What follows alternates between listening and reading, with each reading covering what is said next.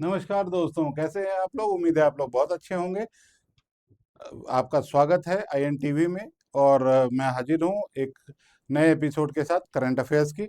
इन current affairs में हम लोग शॉर्ट में न्यूज़ को देखेंगे और उसके बाद हम लोग देखेंगे कि इस न्यूज़ से कौन कौन सी परीक्षा में प्रश्न बन सकते हैं। उन बिंदुओं पे हम लोग विशेषकर फोकस करेंगे और उसको सीखने की कोशिश करेंगे। तो आइए देखते हैं कौन कौन सी खबरें हैं जो सुर्खियां बटोर रही हैं। पहली खबर है, सेमिकॉन इंडिया प्रोग्राम 2.0 को केंद्रीय मंत्रिमंडल की मंजूरी मिली है। हैदराबाद में 12वें ब्रिक्स श्रम मंत्रियों की बैठक हुई है। 60 वर्षों बाद गिरवन में दिखा इंडियन ग्रे हॉर्नबिल। 2026 की पहली छमाही में चीन से भारत का आयात रिकॉर्ड स्तर पर। डीओटी और टीएसडीएसआई के बीच दूरसंचार मानकों पर समझौता हुआ है। पश्चिम पश्चिम बंगाल को 1 लाख ग्रामीण आवास एवं 2400 किलोमीटर सड़कें मिलेंगी। नई दिल्ली में होगी 5वीं बिम्स्टेक राष्ट्रीय सुरक्षा सलाहकारों की बैठक। तो ये है कुछ खबरें जिसको हम लोग थोड़ा सा डिटेल में समझेंगे और इसके बाद हम लोग देखेंगे कि उन खबरों से क्या क्या प्रश्न आने वाले परीक्षाओं में बन सकते हैं करंट अफेयर्स के तहत। ठीक है, तो आइए देखते हैं। पहली खबर जो है वो सेमिकॉन इंडिया प्रोग्राम 2.0 को केंद्रीय मंत्रिमंडल के मंजूरी मिलने से संबंधित है। क्या खबर है देखते हैं हम लोग। केंद्रीय मंत्रिमंडल ने सेमिकॉन इंडिया प्रोग्राम 2.0 को 1.27 लाख करोड़ के परिव्यय के साथ मंजूरी दी है। इस योजना का उद्देश्य भारत में सेमीकंडक्टर मैन्युफैक्चरिंग को बढ़ावा देना तथा इलेक्ट्रॉनिक्स इकोसिस्टम को मजबूत बनाना है।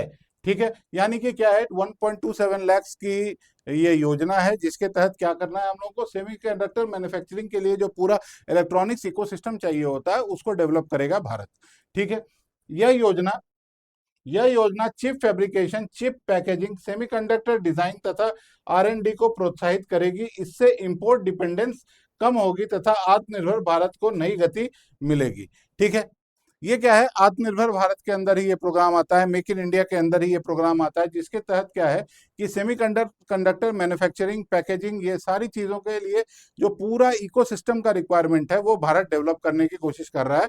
और इसीलिए ये सेमिकॉन इंडिया प्रोग्राम 2.0 को लॉन्च किया गया है।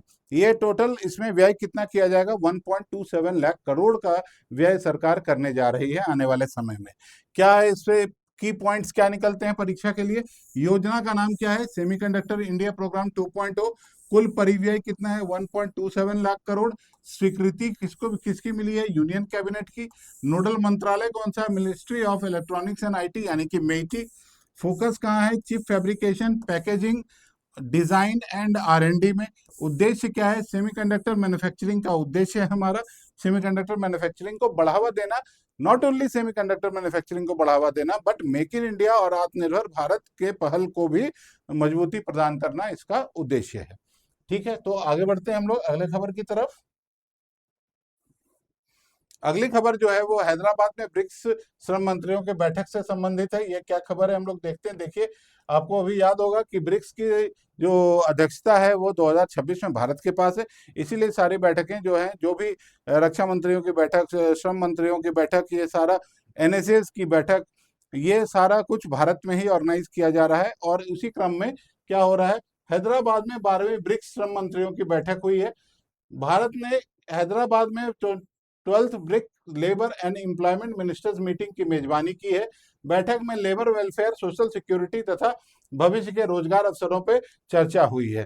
बैठक में skill development, AI, gig economy तथा वर्कफोर्स डेवलपमेंट पे सहयोग बढ़ाने पर सहमति बनी है। ठीक है, तो क्या क्या इंपॉर्टेंट बात इसमें से हम लोग देख सकते हैं। पहला है, आयोजन का नाम क्या है, 12th brick labour ministers meeting. मेजबान देश कौन है, भारत। कहाँ पे हुआ है, हैदराबाद, तेलंगाना में। प्रतिभागी कौन है, BRICS labour and employment ministers आए थे इसके लिए। प्रमुख विषय क्या है, labour welfare, AI, skill development और सोशल सिक्योरिटी। लेबर्स के सोशल सिक्योरिटी यानी कि उनकी सामाजिक सुरक्षा पर भी बात हुई है यहाँ पर। ठीक है, तो अगली खबर की तरफ बढ़े हम लोग। अगली खबर जो है वो है वन्य जीवन से रिलेटेड। वन्य जीवन से रिलेटेड क्या खबर है एक बार देख लेते हैं हम लोग। कुछ 60 साल बाद कोई पक्षी हमें दिखा है, उसको देखते हैं।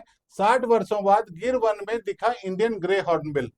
लगभग 60 वर्षों बाद गुजरात के गिर फॉरेस्ट में इंडियन ग्रे हॉर्नबिल देखा गया है। इसे जैव विविधता संरक्षण की बड़ी सफलता माना जा रहा है। ये 60 वर्षों बाद ये पक्षी दिखा है। ये पक्षी हमारे पर्यावरण के संतुलन के लिए बहुत इंपॉर्टेंट है, और क्योंकि ये सीड डिस्पर्सन का काम करता है। सीड डिस्पर्सन मतलब वृक्षों के जो बीज होते हैं उसको एक जगह से दूसरी जगह फैलाने का काम करता है, और इसीलिए इसकी बहुत आवश्यकता थी। लेकिन ये विलुप्त प्राणियों में काउंट हो रहा था। लेकिन अभी क्या है कि ये देखा गया है कि 60 वर्ष बाद फिर से ये पक्षी जो है ये हमारे सेंचुरीज में, अभयारण्यों में दिख रहा है। ये हमारे प्रयासों को बहुत सफल माना जा रहा है, इस प्रयास को, कि ऐसा हो रहा है। ठीक है, यह पक्षी बीजों के प्रसार में महत्वपूर्ण भूमिका निभाता है और स्वस्थ वन परिस्थितिकी का संकेतक माना जा सकता है। इससे ये बहुत बड़ा संकेत है कि हमारी जो वन संरक्षण की और वन्य जीव संरक्षण की योजना है वो सही दिशा में जा रही है, लेकिन हमें और भी प्रयास करने की जरूरत है इस दिशा में। क्या है, प्रजाति कौन सी है? Indian grey hornbill. वैज्ञानिक नाम क्या है? ओकाइसेरोस बिरोस्ट्रिस। स्थान कहाँ है? गिर फॉरेस्ट में पाया गया है। अंतराल क्या है? लगभग 60 वर्ष के बाद। क्यों इंपॉर्टेंट है ये? क्योंकि सीड डिस्पर्सर है। और ये क्यों महत्व है? क्योंकि हेल्दी फॉरेस्ट इंडिकेटर, यानी कि बहुत ही स्वस्थ वन का सूचक है ये, इसीलिए ये हमारे लिए बहुत महत्वपूर्ण खबर हो जाती है। अगली खबर की तरफ बढ़ते हैं हम लोग। अगली खबर भारत के विदेश व्यापार से संबंधित है, उसको देखते हैं हम लोग। क्या है खबर? 2026 की पहली छमाही में चीन से भारत का आयात रिकॉर्ड स्तर पर है। भारत का रिकॉर्ड जो है वो आयात बहुत ज्यादा बढ़ता जा रहा है चीन से। ये चिंता का विषय है हमारे लिए, और ये कुछ हद तक हमें हमें ये ध्यान दिलाता है कि भाई हमें आत्मनिर्भर भारत और मेक इन इंडिया जो हमारा इनिशिएटिव है प्रेजेंट गवर्नमेंट का, वो कहीं ना कहीं थोड़ा कमजोर पड़ रहा है। उस पर और जोर लगाने की जरूरत है। देखते हैं खबर क्या है। 2026 की पहली छमाही में भारत का चीन से आयात लगभग 80 बिलियन डॉलर तक पहुंच गया, जो अब तक का रिकॉर्ड स्तर है। भारत द्वारा इलेक्ट्रॉनिक्स मशीनरी, केमिकल्स एवं एपीआई का बड़े पैमाने पर आयात किया जा रहा है, जिससे मैन्युफैक्चरिंग सेक्टर को सहायता मिल रही है। भारत के मैन्युफैक्चरिंग सेक्टर को तो अवश्य सहायता मिल रही है, लेकिन इसमें कंसर्न है कि भारत का क्या हो रहा है कि भारत एक्सपोर्ट चीन को कम कर रहा है और वहां से इंपोर्ट ज्यादा कर रहा है। इससे क्या हो रहा है, तो हमारे ट्रेड में जो बैलेंस है वो बैलेंस बिगड़ता जा रहा है। इस बैलेंस को बनाने के लिए हमें अपना एक्सपोर्ट भी बढ़ाना पड़ेगा। देश कौन सा है? चीन। आयात मूल्य कितना है? लगभग 80 बिलियन डॉलर। अवधि H1 यानी कि फर्स्ट हाफ ऑफ 2026 की बात हो रही है। प्रमुख आयात क्या है? Electronics machinery, chemicals, API. चिंता क्या है? Trade deficit. यही मैं बात कर रहा था। देखिए, चिंता का विषय है ट्रेड डेफिसिट और इंपोर्ट डिपेंडेंस। दो चीजें हैं कि जैसे यहाँ पर ये कहा जा रहा है कि मैन्युफैक्चरिंग को सेक्टर को सहायता मिल रही है, लेकिन इसको अगर दूसरा पहलू हम लोग देखें तो दूसरे पहलू में क्या है कि ट्रेड इम्बैलेंस हो रहा है। और दूसरा क्या है कि हमारी निर्भरता बढ़ती जा रही है, जो चीनी सामान जो इंपोर्ट हो रहा है उस पर। ये निर्भरता ही जब तक कम नहीं होगी तब तक बहुत मुश्किल है कि हम मेक इन इंडिया और आत्मनिर्भर भारत पे हम लोग बात कर पाए। इसी संबंध में आप देखेंगे, आपको खबर मिली होगी कि हम लोग सेमिकॉन 2.0 लॉन्च कर रहे हैं, जिसमें कि सेमीकंडक्टर मैन्युफैक्चरिंग के लिए भारत सरकार की बहुत बड़ी पहल है। लगभग 1.27 लाख करोड़ की पहल है, जिसके तहत कि भारत में खुद ही सेमीकंडक्टर की मैन्युफैक्चरिंग, सेमीकंडक्टर की पैकेजिंग, सेमीकंडक्टर की डिजाइनिंग, इन सभी चीजों के लिए एक इकोसिस्टम बनाया जाएगा। अगली खबर की तरफ चलते हैं हम लोग। अगली खबर जो है वो आ रही है डीओटी और यानी कि डिपार्टमेंट ऑफ टेलीकम्युनिकेशन और टीएसडीएसआई में। क्या खबर है हम लोग देख लेते हैं एक बार। डीओटी और टीएसडीएसआई के बीच दूरसंचार मानकों पर समझौता हुआ है।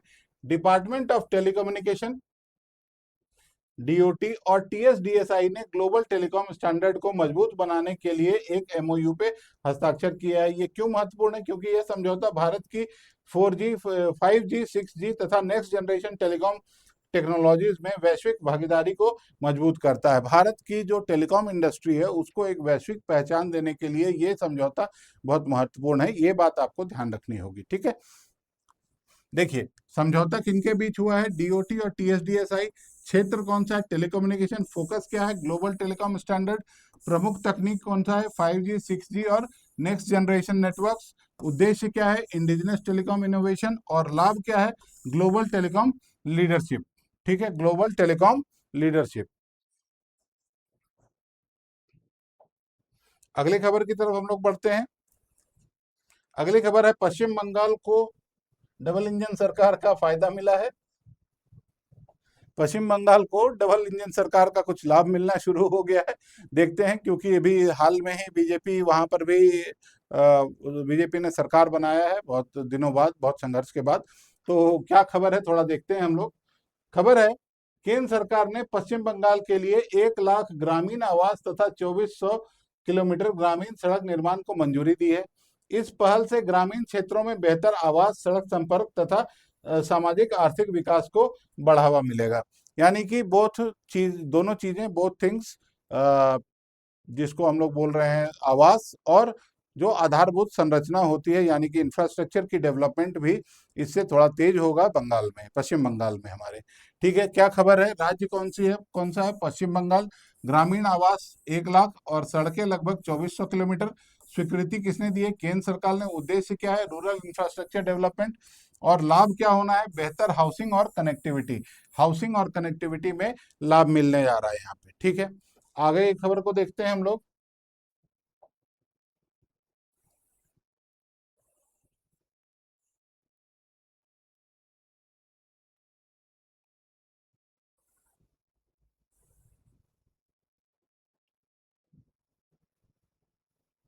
अगली खबर जो है वो क्या है, नई दिल्ली में होगी 5वीं बिम्स्टेक राष्ट्रीय सुरक्षा सलाहकारों की बैठक होगी। यानी कि नई दिल्ली में फिर से एक एनएसएस की बैठक होने वाली है। और इस बार राष्ट्र कौन कौन से हैं, इस बार राष्ट्र बिम्स्टेक के जो सदस्य हैं उन राष्ट्रों की बात हो रही है। देखते हैं क्या है। भारत नई दिल्ली में 5वीं बिम्स्टेक नेशनल सिक्योरिटी एडवाइजर्स की मीटिंग की मेजबानी करेगा।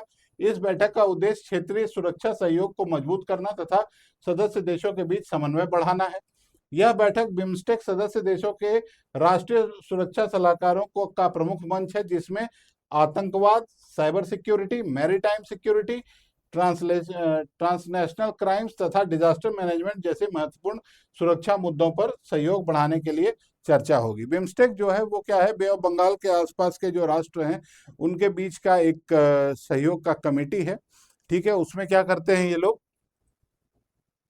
उसमें ये लोग जो भी इकोनॉमिक डेवलपमेंट हो, जो भी सुरक्षा से संबंधित डेवलपमेंट हो, जो भी युगन से प्राकृतिक आपदाओं में सहयोग की बात हो, इन सभी क्षेत्रों में ये काम किया जाता है। के लिए सहयोग के लिए ये ग्रुप बनाया गया है। और अभी जो है, अभी सुरक्षा को मूलतः ध्यान में रखते हुए उन देशों के एनएसएस की, यानी कि राष्ट्रीय सुरक्षा सलाहकारों की एक बैठक हुई है।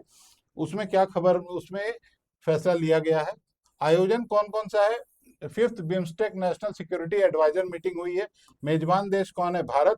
आयोजन स्थल कौन है, नई दिल्ली। संगठन क्या है, बिम्स्टेक। बिम्स्टेक का पूरा नाम क्या है, bay of Bengal initiative for multi sectoral technical and economic cooperation. याद रखेंगे, ये एक स्टैटिक जीके का पार्ट हो गया है, स्टैटिक जीके का पार्ट है।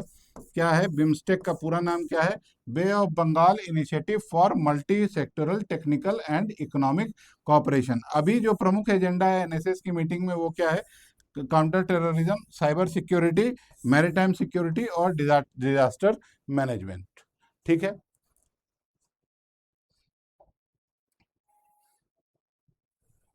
तो ये कुछ खबरें थी जो कि पिछले 24-48 घंटों में इम्पोर्टेंट थी, जिन पर हमने एक नज़र डाला। और उससे आने वाले परीक्षाओं, उससे आने वाले प्रश्न जो आने वाली परीक्षाओं में पूछे जा सकते हैं, उस पर भी हम लोगों ने बिंदुवार विचार किया। उम्मीद है आपको वीडियो अच्छा लगा होगा, उम्मीद है आपके समय का सदुपयोग हुआ होगा आईएनटीवी के साथ। अगर आपको वीडियो अच्छा लगा तो आप वीडियो को जरूर लाइक कीजिए, वीडियो चैनल को सब्सक्राइब कीजिए, अपने दोस्तों के साथ वीडियो को शेयर कीजिए।